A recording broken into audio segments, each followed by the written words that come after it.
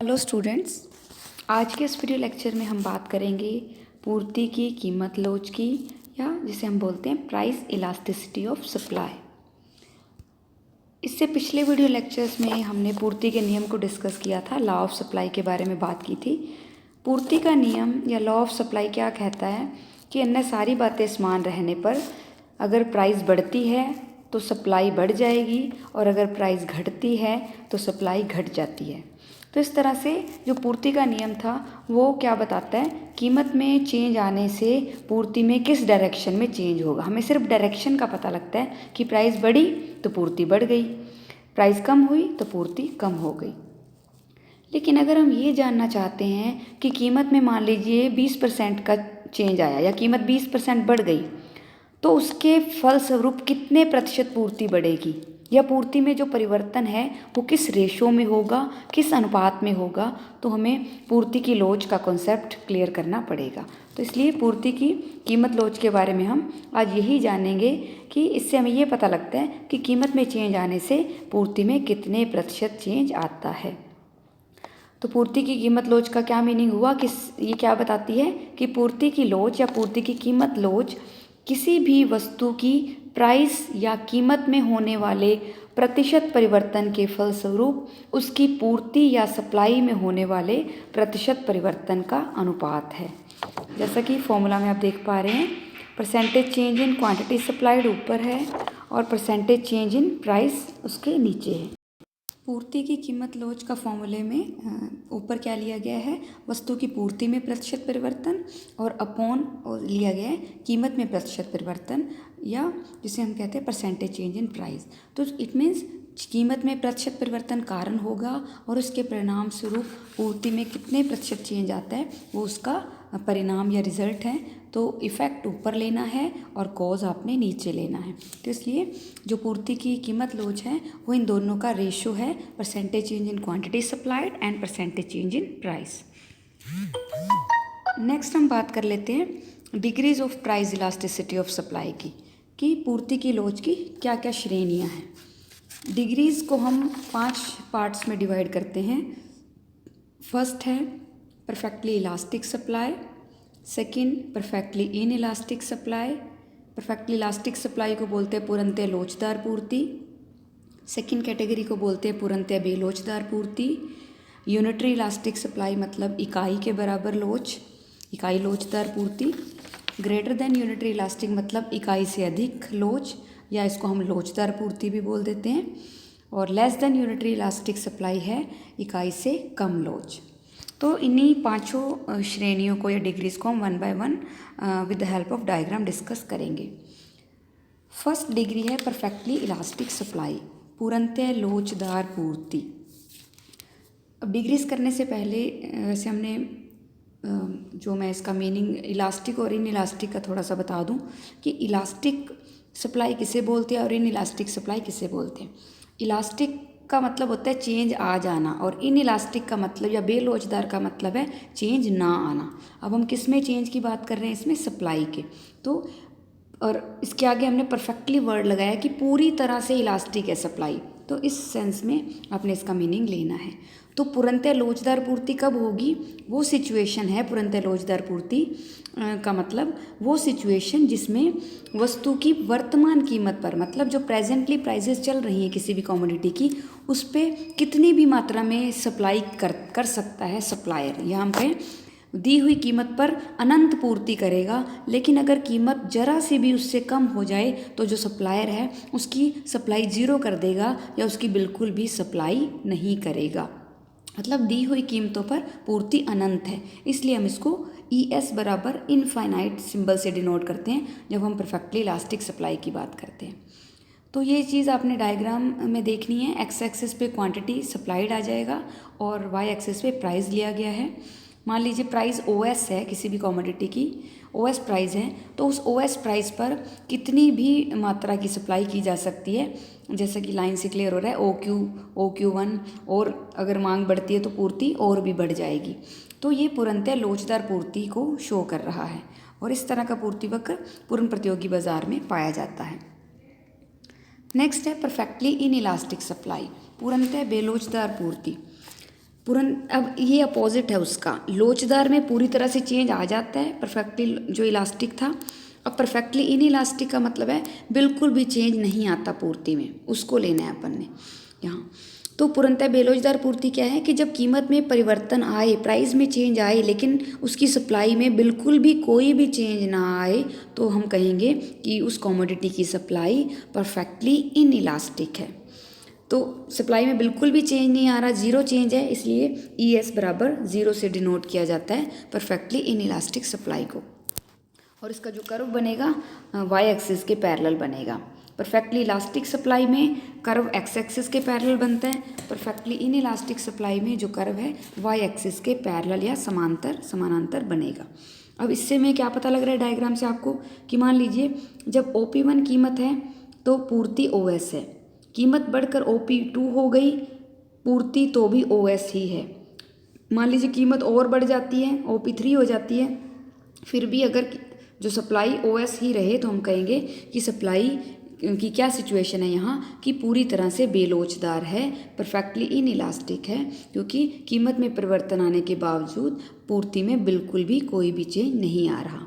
तो इस तरह की जो पूर्ति की लोच होती है वो ज़्यादातर पाई जाती है जो महान कलाकार हैं, मतलब उनकी जो दुर्लभ पेंटिंग्स हैं जो उनकी डेथ के बाद और नहीं बन पाएंगी, उनकी पूर्ति नहीं बढ़ पाएगी, तो या स्थिर साधनों की जो पूर्ति है वो पूरी तरह से बेलोचदार होती है।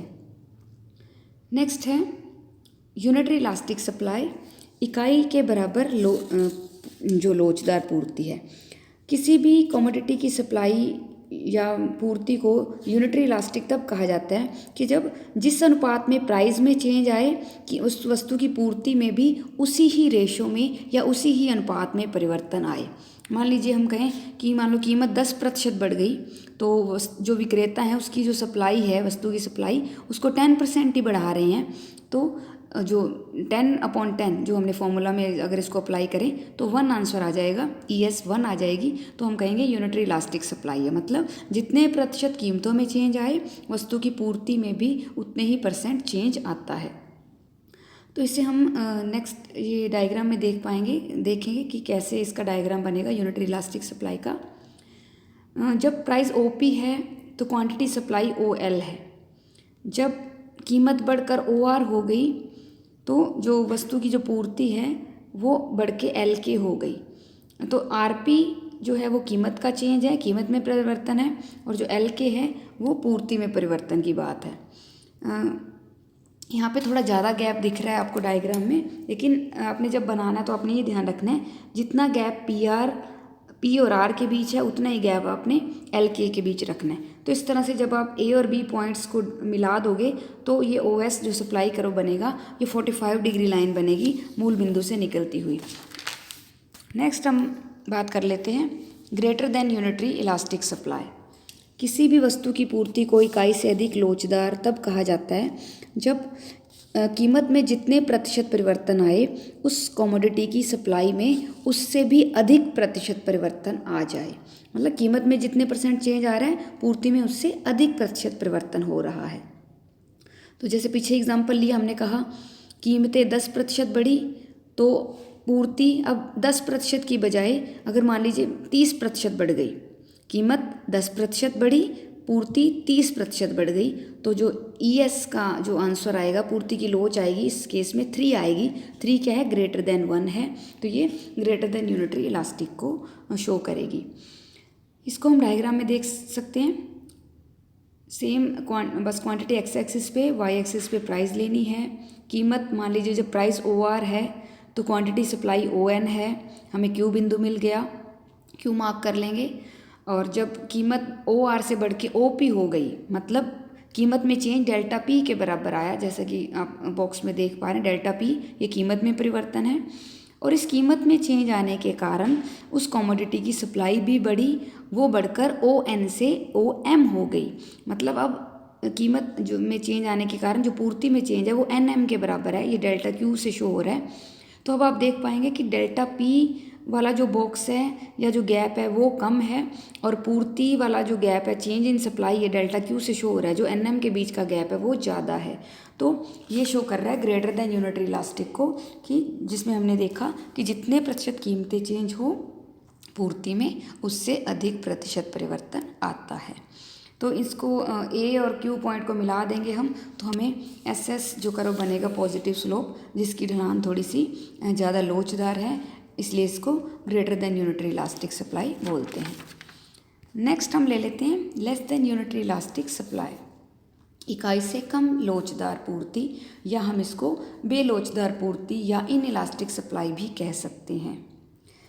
जब किसी वस्तु की पूर्ति में होने वाला प्रतिशत परिवर्तन कीमत में होने वाले प्रतिशत परिवर्तन से कम होता है, तो उसे हम कहते हैं इकाई से कम लोचदार पूर्ति कहा जाता है। मतलब कीमतों में जितने प्रतिशत चेंज आ रहा है, पूर्ति में उससे कम प्रतिशत परिवर्तन आएगा।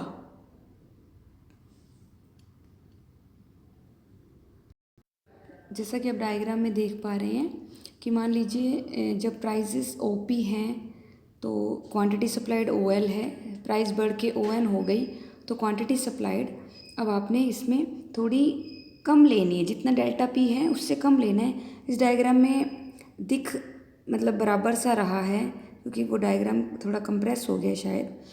तो आपने क्या लेना है, डेल्टा पी अब ज़्यादा, डेल्टा पी वाला एन पी वाला गैप थोड़ा ज़्यादा होना चाहिए, और क्वांटिटी जो एल एम के बीच का वो गैप है वो थोड़ा कम होना चाहिए। बनेगा ऐसा ही डायग्राम, थोड़ी सी ये खड़ी रेखा टाइप बनता है जब या हम कहीं कम लोचदार होती है पूर्ति या बेलोचदार पूर्ति है। तो इस तरह से क्यूटी पॉइंट को आपने मिला दिया, तो ऐसा बनेगा पॉजिटिव स्लोप ही, लेकिन इसकी स्लोप यूनिटरी इलास्टिक से और ग्रेटर देन इलास्टिक से डिफरेंट होगी। जब आप तीनों डायग्राम एक साथ बनाओगे सामने रख के, तो आपको तीनों का फ़र्क पता लग जाएगा। नेक्स्ट हम बात कर लेते हैं factor influencing elasticity of supply, कि पूर्ति की लोच को कौन कौन से फैक्टर इफेक्ट करते हैं। इसमें फर्स्ट है nature of inputs and factor mobility, कि जो आप इनपुट्स यूज़ कर रहे हो, आगत यूज़ कर रहे हो, उसकी किस तरह की नेचर है, उसकी प्रकृति कैसी है, या उनकी मोबिलिटी कैसी है, वो इजीली मिल जाते हैं या नहीं। अगर मान लो वो इनपुट्स, जैसे जो आप इनपुट्स यूज़ कर रहे हो वो इजीली अवेलेबल है मार्केट में, आपको बाहर से नहीं मंगवाने पड़ते, फॉरेन कंट्री से नहीं मंगवाने पड़ते, तो उस वस्तु की जो पूर्ति होगी वो लोचदार होगी या इलास्टिक होगी। और अगर किसी भी वस्तु के उत्पादन के लिए बहुत एक स्पेशल इनपुट्स की ज़रूरत पड़ती है जो रेयर ही मिलते हैं, तो पूर्ति की जो लोच होगी वो बेलोचदार हो सकती है। नेक्स्ट आ जाएगा नेचुरल कंस्ट्रेंट, प्राकृतिक बाधाओं के कारण भी पूर्ति जो है उसकी लोच कम या ज़्यादा रह सकती है, पूर्ति लोचदार या बेलोचदार हो सकती है। पूर्ति की लोच पर प्राकृतिक बाधाओं का भी प्रभाव पड़ता है। मान लो नेचर कई तरह के प्रतिबंध लगा देती है पूर्ति में, जैसे मान लो लकड़ी की बात लें, तो उसकी सप्लाई हम बढ़ाना भी चाहें तब नहीं बढ़ाई जा सकती, क्योंकि पेड़ को जो टाइम लगता है तैयार होने में, कई वर्षों लग जाते हैं, तो वो टाइम लेंगे ही लेंगे। तो इस तरह से प्राकृतिक बाधाओं के कारण भी कई बार वस्तुओं की जो पूर्ति है वो बेलोचदार हो सकती है। नेक्स्ट है रिस्क टेकिंग, जोखिम वहन करना। पूर्ति की लोच या इलास्टिसिटी ऑफ सप्लाई इस बात पे भी डिपेंड करती है कि जो उद्यमी है, जो एंटरप्रेन्योर है, कितना रिस्क उठाने का इच्छुक है। अगर उद्यमी जोखिम उठाने के लिए तैयार है तो इलास्टिसिटी, जो हम कहें पूर्ति जो है वो इलास्टिक होगी, लोचदार होगी। और अगर जोखिम उठाने के लिए तैयार नहीं है तो पूर्ति बेलोचदार होगी या इनइलास्टिक होगी। नेक्स्ट है नेचर ऑफ द कमोडिटी, वस्तु की प्रकृति। पूर्ति की लोच पर वस्तु की प्रकृति का भी प्रभाव पड़ता है कि किस तरह की वस्तु की वो नेचर है, कि वो नाशवान वस्तु है या टिकाऊ वस्तु है। नाशवान वस्तु जो होती है, जो जल्दी ख़राब हो जाती है, जैसे फल सब्जियां वगैरह, इनकी पूर्ति क्या है, वो इनइलास्टिक होती है, बेलोचदार होती है, क्योंकि कीमत में परिवर्तन आने पर भी इनकी पूर्ति में वृद्धि या कमी नहीं की जा सकती। और दूसरी ओर टिकाऊ वस्तुओं की जो पूर्ति है वो लोचदार होती है, क्योंकि कीमत में परिवर्तन आने पर उनकी पूर्ति को कम या ज़्यादा किया जा सकता है। नेक्स्ट है कॉस्ट ऑफ प्रोडक्शन, उत्पादन लागत। पूर्ति की लोच पर उत्पादन लागत का भी प्रभाव पड़ता है। अगर उत्पादन पर बढ़ती लागतों का नियम लागू हो रहा है तो पूर्ति बेलोचदार होगी, क्योंकि बढ़ती लागतों का नियम लागू हो रहा है, तो इट मीन्स अगर हम और इस सिचुएशन में पूर्ति बढ़ाएंगे तो प्रोडक्शन कॉस्ट और बढ़ेगी और कीमतें और बढ़ जाती हैं। तो इसके फलस्वरूप पूर्ति में होने वाली वृद्धि की बिक्री करना फिर काफ़ी कठिन हो जाता है। और इसके विपरीत अगर घटते लागत का नियम लागू हो रहा है तो पूर्ति क्या होगी, इलास्टिक होगी या लोचदार होगी। नेक्स्ट है टाइम फैक्टर या समय तत्व। पूर्ति की लोच पर समय तत्व का भी प्रभाव पड़ता है कि समय जो हम जैसे कि अर्थशास्त्र में समय तत्व को हम 3 भागों में बांटते हैं, अति अल्पकाल वेरी शॉर्ट पीरियड, अल्पकाल शॉर्ट पीरियड और दीर्घकाल मतलब long period. Very short period है अगर तो उसमें पूर्ति में परिवर्तन करने का समय नहीं होता, इसलिए पूर्ति इस सिचुएशन में परफेक्टली इनइलास्टिक होती है। शॉर्ट टर्म में या अल्पकाल में पूर्ति को सिर्फ जो वर्तमान जो उसकी उत्पादन क्षमता है मशीनों की उस तक ही बढ़ाया जा सकता है, इसलिए पूर्ति लोचदार होती है। दीर्घकाल में पूर्ति में हम अपनी मर्जी से इच्छा अनुसार चेंज कर सकते हैं क्योंकि सभी साधन परिवर्तनशील होते हैं दीर्घकाल में, इसलिए पूर्ति भी अधिक लोचदार होती है। नेक्स्ट है टेक्निक ऑफ प्रोडक्शन, उत्पादन की तकनीक। कि उत्पादन की तकनीक किस तरह की है। अगर तकनीक जटिल है और कैपिटल इंटेंसिव है, पूंजी प्रधान है, तो पूर्ति बेलोचदार होगी, इनइलास्टिक होगी। और अगर तकनीक सरल है तो पूर्ति में चेंज ईजिली किया जा सकता है, तो पूर्ति लोचदार होगी। तो इस तरह से हमने देखा इस वीडियो लेक्चर में कि इलास्टिसिटी ऑफ सप्लाई क्या है, उसकी डिग्रीज़ क्या हैं और कौन कौन से फैक्टर्स हैं जो इलास्टिसिटी ऑफ सप्लाई को इफ़ेक्ट करते हैं।